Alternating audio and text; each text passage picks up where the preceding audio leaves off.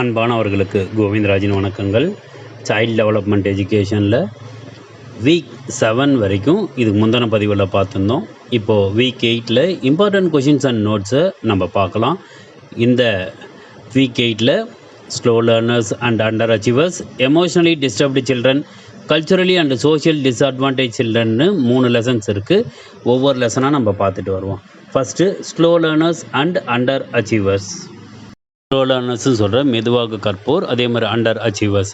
இதில் slow learners வந்து யாரெல்லாம் ஒர்க்லோடை அவங்களால கோப்பப் பண்ண முடியலையோ, அதே மாதிரி ரெகுலர் கரிக்குலமை அவங்களால மீட் பண்ண முடியாதவங்களுக்கு அவங்கள தான் நம்ம என்ன சொல்லுவோம்னா இந்த ஸ்லோ லேர்னர்ஸ் அப்படின்னு சொல்லுவோம். இது 1 மார்க் கொஷினில் வருவதற்கான வாய்ப்புகள் உண்டு.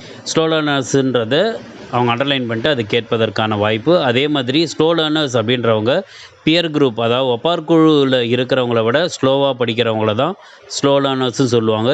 இதிலேருந்தும் கேள்விகள் வரலாம். குழந்தைங்க வந்து இயர்லி ஸ்டேஜஸில் அவங்க ஸ்லோவாக இருக்கும்பொழுது அந்த டைமில் அவங்கள ஸ்டிமுலேட் பண்ணாததுக்கான காரணமும் இந்த குழந்தைங்க ஸ்லோ லேர்னர்ஸாக வருவதற்கான வாய்ப்புகள் உண்டு. இந்த ஸ்லோ லேர்னர்ஸ் வருவதற்கான பர்சனல் கேரக்டரிஸ்டிக்ஸ் எப்படி இருக்கும் தெரிஞ்சுக்கலாம் அப்படின்னு பார்த்தா, அவங்களுக்கு வந்து ஃப்ரஸ்ட்ரேஷன் அதிகமாக இருக்கும், அக்ரெஷன் அதிகமாக இருக்கும், ஆங்ஸைட்டி அதிகமாக இருக்கும். இவங்கள வச்சு நீங்கள் அவங்க ஸ்லோ லேர்னர்ஸ் அப்படின்றத கண்டுபிடிச்சிடலாம். ஸ்லோ லேர்னர்ஸ் அப்படின்றவங்க கற்பதை வந்து தேடுபவர்கள். அவங்க வந்து கற்றலுக்கு அவங்களுக்கு ட்ரபுள் இருக்குன்றதுனால மட்டும்தான் அவங்களால மார்க் எடுக்க முடியலை. ஆனால் அவங்க வந்து கற்றலை வந்து விரும்புவாங்க. அதே மாதிரி ஸ்லோ லேர்னர்ஸ் எல்லாருமே வந்து பேர்ட் லேர்னர்ஸ் கிடையாது. இதுவும் வந்து 1 மார்க்கில் வர்றதுக்கான வாய்ப்புகள் உண்டு. அதே மாதிரி அண்டர் அச்சீவர் அப்படின்றவங்க என்னென்னா, ஒரு ஸ்டூடெண்ட் வந்து அவருக்கு பாஸ் மார்க் எடுக்கிறதுக்கு அவரால் முடியாதவங்கள தான் நம்ம என்னன்னு சொல்லுவோம்னா அண்டர் அச்சீவர்னு சொல்லுவோம். அப்போது அவர் வந்து ஒன்று எதிர்பார்த்த அளவில் அவர் வந்து மார்க் எடுத்திருக்க மாட்டாங்க. அப்படி இல்லைன்னா அவங்களுடைய பொட்டென்ஷியலுக்கு ஏற்ற மாதிரி அவரால் மதிப்பெண் பெற முடியாதவங்கள தான் நம்ம என்னன்னு சொல்லுவோம் அண்டர் அச்சீவர்னு சொல்லுவோம்.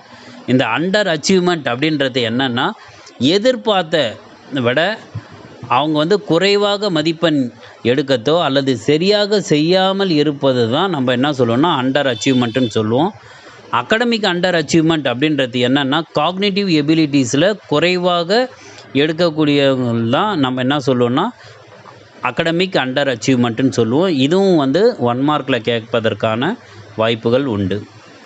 மல்டிபிள் டிஸார்டர்ஸ் அப்படின்றது குழந்தைகள் கிட்ட பிரெயின் டிஸ்ஃபங்க்ஷனால் அவங்களால மல்டிபிள் ஃபங்க்ஷன்ஸ் செய்ய முடியாதவங்கள தான் நம்ம என்ன சொல்கிறோன்னா மல்டிபிள் டிஸார்டர் பீப்புள்னு சொல்லுவோம். இந்த மல்டிபிள் டிஸார்டர்ஸ்னால் குழந்தைகளுடைய பிரெயின் வந்து சரியாக இயங்க முடியாதனால பலவிதமான வேலைகளை செய்ய முடியாத நிலைமைக்கு போகிறது தான் இந்த மல்டிபிள் டிஸார்டர்ஸ்ன்னு. இது வந்து 1 மார்க்கில் வர்றதுக்கான வாய்ப்புகள் உண்டு. அதே மாதிரி ட்ரீட்மெண்ட், என்னென்ன ட்ரீட்மெண்ட் பிளான்ஸ் இருக்குது அப்படின்னு பார்த்தா, பேரண்ட்ஸுக்கு ட்ரைனிங் கொடுக்கறது, அகடமிக் அக்காமடேஷன்னா குழந்தைங்கள ஒரே இடத்துல உட்கார வச்சு அவங்கள வந்து சொல்லி கொடுத்து செய்கிறது, techniques to maintain self esteem, அவங்களுடைய செல்ஃப் எஸ்டீமை மெயின்டைன் பண்ண வைக்கிறது. அதே மாதிரி சைக்கோஃபார்மாலாஜிக்கல் அப்ரோச்சஸ் மூலமாகவும் ட்ரீட்மெண்ட்டை இந்த மாதிரி மல்டிபிள் டிஸார்டர் குழந்தைங்களுக்கு கொடுக்கலாம். அடுத்ததாக கிஃப்டட் அண்ட் டேலண்டட் அப்படின்றவங்க, இந்த பேரண்ட்ஸு அதே மாதிரி எஜுகேட்டர்ஸ்க்கு ஸ்பெஷல் சேலஞ்சஸ் அவங்களுக்கு இருக்கும். அதாவது கிஃப்டட் எப்படி ஹேண்டில் பண்ணுறது, டேலண்டட் எப்படி ஹேண்டில் பண்ணுறது, இந்த அண்டர் அச்சீவர்ஸ் எப்படி ஹேண்டில் பண்ணுறது, இவங்களை ஹேண்டில் பண்ணுறதுக்கு வந்து நிறைய சேலஞ்சஸ் பேரண்ட்ஸ்கிட்டையும் இருக்கும், எஜுகேட்டர்ஸ்கிட்டையும் இருக்கும். அதே மாதிரி கிஃப்டட் அண்டு டேலண்டட் ஸ்டூடெண்ட்ஸ் அவங்க எல்லாருமே மற்றவங்களுக்கு வழங்குவதற்கான நேர்மறையான பண்புகளை அவங்க வந்து கொண்டுள்ளனர் அப்படின்றத அவங்க புரிந்து கொண்டு அவங்க வந்து என்னென்னா தனித்துவமான குணங்கள் அவங்களுக்கு இருக்கிறத மதிக்கப்படணும் அப்படின்றதையும் இந்த மாணவர்கள் புரிந்து கொண்டு ஏற்றுக்கொண்டு செயல்படுத்த வேண்டும் அப்படின்றது தான் அவங்களுடைய எண்ணமாக இருக்கும். அதாவது அவங்களுடைய அறிவை வந்து அவர்கள் வந்து வெளிக்கொணருவாங்க. அந்த வெளிக்கொணர்றத வந்து மற்றவர்கள் புரிந்து கொண்டு அவர்கள் நிஜமாவே கிஃப்டட் தான், அவங்க நிஜமாவே டேலண்டட் தான் அப்படின்னு புரிந்து கொள்ளணும்னு அவங்க எதிர்பார்ப்பாங்க. இந்த மாதிரி இருக்கக்கூடிய குழந்தைங்களுக்கு பேரண்ட்ஸும் டீச்சர்ஸும் அவங்களுடைய லேர்னிங் ஸ்டைல்ஸை புரிந்து கொண்டு அவர்களுக்கு ஏற்றாற் போல அவர்களுடைய கற்றலை மேம்படுத்துவதற்கு என்ன செய்ய வேண்டுமோ அதை செய்ய வேண்டும். நிமோனிக்ஸ் அப்படின்றது அசோசியேஷன், அதாவது தொடர்புபடுத்தி கற்றலுக்கான ஒரு ஹெல்ப் பண்ணுற மெத்தடு தான் இந்த நிமோனிக்ஸ். இது வந்து 1 மார்க்கில் வருவதற்கான வாய்ப்புகள் உண்டு. இதுதான் first lesson, slow learners and underachievers. Second lesson, emotionally disturbed children. Emotional ப்ராப்ளம்ஸ்னால குழந்தைங்களுடைய சீரியஸ் லேர்னிங்கும் ஹெல்த் இம்பேர்மெண்ட்டும் தடைபடுவதற்கான வாய்ப்புகள் அதிகம். அதே மாதிரி எமோஷ்னல் டிஸ்டர்பன்ஸ் அப்படின்றது என்னென்னா, பலவிதமான டிஸார்டர்ஸும் பலவிதமான கண்டிஷன்ஸ்லையும் இருக்கவங்க எல்லாத்தையும் ஒரே டேர்முக்குள்ளே கொண்டு வரது பேர் தான் இந்த எமோஷ்னல் டிஸ்டர்பன்ஸ். இந்த எமோஷ்னல் டிஸ்டர்பன்ஸ் எதனால வரும் அப்படின்னு பார்த்தீங்கன்னா, ஒருவர் அவருடைய ஃபீலிங்ஸ்னாலேயோ எமோஷன்ஸ்னாலேயோ அவர் ஃபிசிக்கலாகவும் சைக்காலஜிக்கலாகவும் டிஸ்டர்ப் ஆகும்போது இந்த எமோஷ்னல் டிஸ்டர்பன்ஸ் வருவதற்கான வாய்ப்புகள் உண்டு. இதனால் குழந்தைகளுக்காக இருந்தாலும் பெரியவங்களுக்காக இருந்தாலும் டிஃப்ரெண்ட் டிஸார்டர்ஸ் ஏற்படுவதற்கான வாய்ப்புகள் உண்டு. அதே மாதிரி குழந்தைங்களுக்கு சோஷியல் ப்ராப்ளம்னாலையும் எமோஷ்னல் ப்ராப்ளம்னாலையும் அவங்களுடைய கற்றலில் ப்ராப்ளம் வருவதற்கான வாய்ப்புகள் உண்டு. குழந்தைகளை பொறுத்த வரைக்கும் கான்ஃப்ளிக்ஸும் காம்ப்ளெக்ஸஸும் இருந்ததுன்னா அவங்க வந்து அவங்களுடைய வாழ்க்கையில் ரொம்ப டிஃபிகல்ட்டாக அவங்க வந்து ஃபேஸ் பண்ணுவாங்க. அதே மாதிரி சந்தோஷமாக இருப்பதற்கான வாய்ப்புகளும் அவங்களுக்கு குறைந்து கொண்டே இருக்கும். இது அவர்களுடைய வாழ்க்கை முழுவதும் இது வந்து நடப்பதற்கான வாய்ப்புகள் உண்டு. குழந்தைகளோட எமோஷ்னல் ப்ராப்ளம்னால் அவங்களுடைய அட்டென்ஷன் வந்து குறைந்து கொண்டே போவது வந்து அதிகரித்து கொண்டே இருக்கும். அதனால் குழந்தைங்க வந்து என்னென்னா ஒரு சமயத்தில் எந்த பொருள் மேலேயும் அவங்களுடைய கவனம் வந்து அதிக நேரம் நீடிக்காமல் போவதற்கான வாய்ப்புகள் உண்டு. இது வந்து 1 மார்க்கில் வருவதற்கான வாய்ப்புகள் உண்டு. எமோஷ்னல் ஆர் பிஹேவியரல் டிஸார்டர் அப்படின்றது என்னென்னா, குழந்தைகளுடைய பிஹேவியர் ஆர் எமோஷ்னல் ரெஸ்பான்சஸ் வந்து ஜென்ரலி அக்செப்ட் பண்ணுற பிஹேவியரோ இல்லை ஜென்ரலி அக்செப்ட் பண்ணுற எமோஷ்னல் ரெஸ்பான்ஸை விட அவங்க டிஃப்ரெண்ட்டாக அவங்க வந்து செய்யறது பிஹேவ் பண்ணுறது தான் இந்த எமோஷ்னல் ஆர் பிஹேவியரல் டிஸார்டர் வந்து நம்ம தெரிந்து கொள்வதற்கான ஒரு சமிஞ்சை. எமோஷ்னலி டிஸ்டர்ப்டு பிஹேவியர் அப்படின்றது மிஸ்பிஹேவியரோ அல்லது டீவியன்ஸின்னு சொல்கிற அவங்க வந்து ஒதுக்கிவிடவும் அல்லது அவங்க தனியாக அவங்க செயல்படவும் விரும்புவாங்க. எமோஷ்னல் டிஸ்டர்பன்ஸ் அப்படின்றது என்வரான்மெண்டல் வேரியபிள்னால் அவங்க வந்து எமோஷ்னல் ரியாக்ஷன்ஸை அடாப்ட் பண்ணாமல் அவங்க வந்து செயல்படுத்துறது தான் இந்த எமோஷ்னல் டிஸ்டர்பன்ஸுக்கான இன்னொரு டெஃபினேஷன். ஒரு குழந்தை வந்து எப்போ எமோஷ்னலி டிஸ்டர்ப் ஆவான் அப்படின்னு பார்த்தா, அவனுடைய வாழ்க்கை சூழ்நிலையில் அவனுக்கு பலனளிக்காமல் இருக்கக்கூடிய விஷயங்களில் எதிர்வினைகளாக யார்னா செயல்படுத்துகிறாங்களோ அல்லது அவனுடைய பியர் குரூப்புன்னு சொல்கிற ஒப்பார் குழு இல்லை சமூகத்தில் இருக்கக்கூடிய உறுப்பினர்கள் அவர்கள் செய்வதை ஏற்றுக்கொள்ள முடியாமல் இருக்கும்போது அந்த குழந்தை வந்து எமோஷ்னலாக அவன் வந்து டிஸ்டர்ப் ஆவான் அல்லது உணர்ச்சி வசப்படுவான். சீரியஸ் எமோஷ்னல் டிஸ்டர்பன்ஸ் இருக்கக்கூடிய குழந்தைகள் எதனா வெளிக்காட்டுவாங்க அப்படின்னு பார்த்தீங்கன்னா, சிதைந்த சிந்தனை, அதாவது டிஸ்டார்டட் திங்கிங். அவங்களுடைய திங்கிங் வந்து சிந்தனை வந்து சிதைந்த நிலையில் இருக்கும். அதே மாதிரி பதற்றம் வந்து அதிகமாக இருக்கும். அவங்களுடைய செய்யக்கூடிய வேலைகளில் என்ன பண்ணுவாங்கன்னா வினோதமாக அவங்க வந்து செய்வாங்க. அவங்களுடைய வேலைகளில் சாதாரணமாக இருக்கக்கூடிய மனநிலை மாற்றங்கள்லேருந்து அவங்க வேறுபட்டு அவங்க செய்யக்கூடிய வேலைகள் வந்து ரொம்ப டிஃப்ரெண்ட்டாக இருக்கும். அசாதாரண மனநிலை மாற்றங்கள் அவங்கக்கிட்ட எழும்புறதுக்கான வாய்ப்புகள் உண்டு.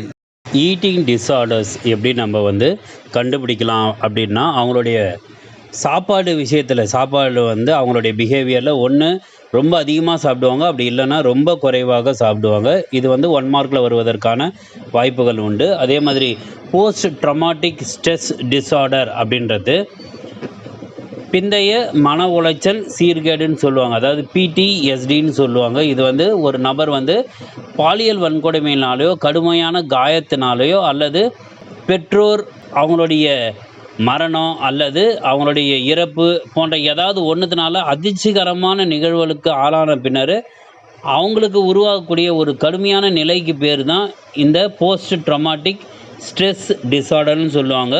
அவங்களுடைய ஸ்ட்ரெஸ்ஸை வந்து கண்ட்ரோல் பண்ணி அதை எப்படி வந்து வெளிப்படுத்தணும்னு தெரியாமல் மனசுக்குள்ளேயே பூட்டி வச்சு அந்த ஸ்ட்ரெஸ்ஸுனால் அவர்களுடைய உடம்பை மட்டும் இல்லாமல் அவங்களுடைய மனதையும் அவங்க பாதித்து கொள்வார்கள்.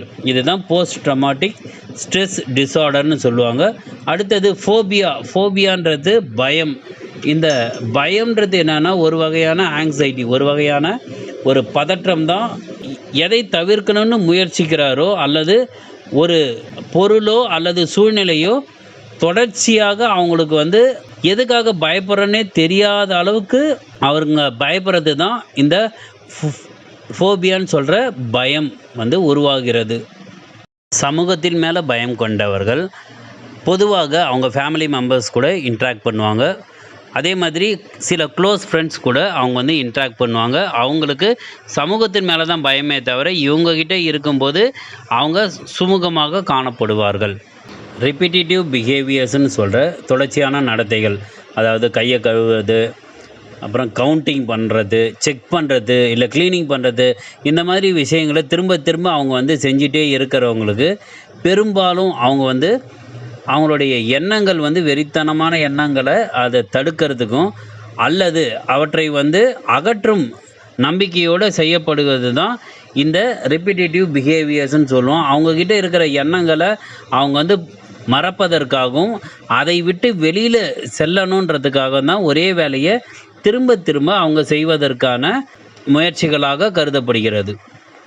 சைக்கோட்டிக் டிஸார்டர்ஸ், அதாவது மனநோய் கோளாறுகள் அப்படின்றது அசாதாரண சிந்தனை கொண்டவர்களாகும். அதே மாதிரி அசாதாரண உணர்வுகளை ஏற்படுத்தக்கூடிய கடினமான மனநிலை கொண்டவர்களும் தான் இந்த மனநோய் கோளாறுகள் ஏற்படுவதற்கான வாய்ப்புகள் உண்டு. அவங்களுடைய திங்கிங் பார்த்திங்கன்னா நார்மல் திங்கிங் இல்லாமல் வேறு விதமாக அவங்க வந்து திங்க் பண்ணிகிட்ருப்பாங்க. அதே மாதிரி அவங்களுடைய பர்செப்ஷன் வந்து நார்மல் பர்செப்ஷனாக இல்லாமல் இருப்பவர்கள் தான் இந்த மனநோய் கோளாறுகள் ஏற்படுவதற்கான காரணங்கள். ஹாலுசினேஷன் அப்படின்னு சொல்கிற மாயத்தோற்றம் அப்படின்றது என்னென்னா ஒரு தவறான கருத்துக்களை நம்ம உணர்ந்து கொள்வது தான். அதாவது எதுவுமே கேட்காத முன்னாடி அது கேட்டதாகவும், பார்க்காத முன்னாடி பார்த்ததாகவும், உணராத முன்னாடி உணர்ந்ததாகவும், அங்கே நடக்காத ஒன்றை நடந்ததாக சித்தரிக்கப்படுவது தான் இந்த மாயத்தோற்றம்னு சொல்லுவாங்க. இதுக்கு எக்ஸாம்பிள் வந்து இருட்டில் நம்ம போகும்போது கட்டையாக இருந்தாலும் அதை வந்து பாம்பு அப்படின்ற மாதிரி எண்ணுவது. அதே மாதிரி ரோட்டில் போகும்பொழுது காணல் நீர் இருக்கிறத மாதிரி புரிந்து கொள்வது, இவை எல்லாமே இந்த மாயத்தோற்றம் தான். அங்கே போய் பார்த்தீங்கன்னா நீரே இருக்காது, ஆனால் நீர் இருக்கிற மாதிரி தெரியறது தான் வந்து ஹாலுசினேஷன் சொல்கிற மாயத்தோற்றம். எமோஷனல் ப்ராப்ளம் இருக்கக்கூடிய குழந்தைங்க வந்து பொறுப்பை ஏற்கத்தனம் கொண்டவர்கள் அப்படின்னு ஆசிரியர் வந்து அவங்கள பற்றி மகிழ்ச்சியாக எண்ணும்போது நினைக்கும் பொழுது இந்த எமோஷனல் ப்ராப்ளம் இருக்கக்கூடிய குழந்தைங்களும் என்ன பண்ணுறாங்கன்னா அவங்க வந்து மகிழ்ச்சி அடைகிறார்கள் அப்படின்னு சொல்கிறாங்க. இது வந்து 1 மார்க்கில் வருவதற்கான வாய்ப்புகள் உண்டு. நல்ல தலைமை பண்பு இருக்கிற குழந்தை கூடவும், நண்பர்கள் உருவாக்கும் திறன் கொண்ட குழந்தைகள் கூடவும் இந்த சோஷியல் ப்ராப்ளம் இருக்கக்கூடிய குழந்தைகளையும் எமோஷ்னல் ப்ராப்ளம் இருக்கக்கூடிய குழந்தைகளையும் ஒன்று சேர்க்கும் பொழுது அவர்களை அறியாமல் இவங்க வந்து இந்த லீடர்ஷிப் ஸ்கில்லையும் ஃப்ரெண்ட் மேக்கிங் ஸ்கில்லையும் அவங்க வந்து வெளிப்படுத்துவதற்கான வாய்ப்புகள் அதிகம் இருக்குதுன்றதுனால ஆசிரியர்கள் இவர்களை இணைக்க முயற்சி செய்யலாம். பாராட்டு அல்லது வெகுமதி மாணவருடைய நடத்தைகளை ஒழுங்குபடுத்துவதற்காக ஆசிரியர்கள் கையாளும் ஒரு சிறந்த டெக்னிக்கலில் இந்த பாராட்டு அல்லது பரிசு அல்லது வெகுமதி வந்து முக்கிய பங்கு வகிக்கிறது. ஏற்கனவே சொன்ன மாதிரி எமோஷனல் டிஸ்டர்பன்ஸ் அப்படின்றது பலவிதமான கோளாறுகளையோ நிலைமைகளையோ விவரிக்க பயன்படுத்தக்கூடிய ஒரு சொல்லு தான் நம்ம என்னன்னு சொல்கிறோன்னா எமோஷனல் டிஸ்டர்பன்ஸ்ன்னு சொல்கிறோம். அதாவது உணர்ச்சி குழப்பம். ஸோ இவையெல்லாம் சேர்ந்தது தான் second lesson emotionally disturbed children. அடுத்தது மூன்றாவது lesson culturally and socially disadvantaged children. Culturally socially disadvantage individuals அப்படின்றவங்க தனிப்பட்ட குணங்களை பொருட்படுத்தாமல் ஒரு குழுவினுடைய உறுப்பினராக அவங்க வந்து அடையாளம் காணப்பட்டு அதன் காரணமாக அவங்க வந்து இனமோ அல்லது வேறு காரணங்களால் பாரபட்சம் அல்லது கலாச்சார சார்புக்கு உட்பட்டவங்களை தான் நம்ம என்ன சொல்கிறோன்னா இந்த கல்ச்சரலி அண்டு சோஷியலி டிஸ்அட்வான்டேஜ்டு இண்டிவிஜுவல்ஸ்னு சொல்கிறோம். இது வந்து 1 மார்க்கில் வருவதற்கான வாய்ப்புகள் உண்டு. தமிழில் சொல்லும்போது இவங்களை கலாச்சார ரீதியாகவும் சமூக ரீதியாகவும் பின்தங்கிய தனிநபர்கள்னு சொல்கிறோம். குழந்தைங்களுடைய கற்றலுக்கும் அவங்களுடைய கல்வி வளர்ச்சிக்கும் குடும்பங்கள் அதாவது ஃபேமிலிஸ் வந்து ஒரு முக்கிய பங்கு வகிக்கிறது. இதுவும் வந்து 1 மார்க்கில் வருவதற்கான வாய்ப்புகள் உண்டு. கல்ச்சுரல் அண்டு லிங்குவிஸ்டிக் டைவர்சிட்டின்னு சொல்கிற கலாச்சாரம் மற்றும் மொழியில் பன்முகத்தன்மை அப்படி கொண்டவர்களுக்கு குறிப்பிட்ட குழுக்களுடைய அவர்களுடைய பிறந்த இடம், மொழி, இனம், மதிப்புகள், நம்பிக்கைகள், உலகத்தில் அவங்க எப்படி பார்க்கக்கூடிய பார்வை இதனோட அடிப்படையில் அடையாளம் காணும் நபர்களை குறிக்கிறது தான் இந்த கல்ச்சுரல் அண்டு லிங்குவிஸ்டிக் டைவர்சிட்டின்னு சொல்கிற கலாச்சாரம் மற்றும் மொழியியல் பன்முகத்தன்மை கொண்டவர்கள். இவர்கள் வந்து ஒரு குறிப்பிட்ட குழுவினுடைய பிறந்த இடம், இனம், மொழி, அவங்களுடைய நம்பிக்கைகள் இவை எல்லாத்தையும் அடையாளம் காணும் நபர்களை தான் இந்த கலாச்சாரம் மற்றும் மொழியியல் பன்முகத்தன்மைன்ற மூலமாக அவங்க வெளிப்படுத்துகிறாங்க. இதுவும் வந்து 1 மார்க்கில் வருவதற்கான வாய்ப்புகள் உண்டு. ட்ரமாட்டிக் எக்ஸ்பீரியன்ஸுன்னு சொல்கிற அதிர்ச்சிகரமான அனுபவங்கள் வந்து ஒருவருக்கு வன்முறை மூலமாகவோ போர் மூலமாகவோ அல்லது சித்திரவதைக்கு ஆளாதன் மூலமாகவோ ஏற்படுவதற்கான வாய்ப்புகள் அதிகம். இது வந்து 1 மார்க்கில் வருவதற்கான வாய்ப்புகள் உண்டு. எந்த குழந்தையெல்லாம் அதிர்ச்சிக்கு உண்டாகிறாங்களோ அந்த குழந்தைக்கு வலியினால் வரக்கூடிய உணர்வுகளும் கோபத்தினால் வரக்கூடிய உணர்வுகளும் அவங்களுடைய நடத்தை பிரச்சனைகளுக்கு வழிவகுக்கும். லேக்கிங் இங்கிலீஷ் லாங்குவேஜ் ஸ்கில்ஸ்ன்னு சொல்கிற ஆங்கில மொழி திறன் இல்லாமை அப்படின்றது ஒருவருடைய தன்னம்பிக்கையை குறைத்து மறைப்பதற்கும் பள்ளியில் அவங்களுடைய கற்றலை ரொம்ப கடினமாக மாறுவதற்கும் சமூக தனிமைப்படுத்துதலுக்கும் இது வந்து முக்கிய பங்களிக்கும் அப்படின்னு சொல்கிறாங்க. கல்ச்சுரல் டிஃப்ரென்சஸ்ன்னு சொல்கிற கலாச்சார வேறுபாடுகள் வந்து பெற்றோருக்குரிய நடைமுறைகளில் இதனுடைய பதற்றத்திற்கு இது வந்து வழிவகுக்கும். இது வந்து என்னென்னா இந்த மாதிரி கேட்பாங்க question. Cultural differences in parenting practices can lead to dash அப்படின்ற மாதிரி கேட்பதற்கான வாய்ப்புகள் உண்டு. ஏற்கனவே நம்ம சொன்ன மாதிரி குழந்தையோட கற்றலுக்கும் குழந்தையோட கல்வி வளர்ச்சிக்கும் குடும்பங்கள் முக்கிய பங்கு வகிக்கிறது. அதே மாதிரி பள்ளிகள் அப்படின்றது பல்வேறு பின்னணியில் இருந்து வரும் மாணவர்களையும் அவங்களுடைய குடும்பங்களை ஆதரிப்பதிலும் தான் ஆதரித்து அவர்களை வந்து கல்வி சார்ந்த விஷயங்களில் ஈடுபடுத்துவதில் பள்ளிகள் வந்து முக்கிய பங்காற்றுகிறது அப்படின்னு சொல்கிறாங்க.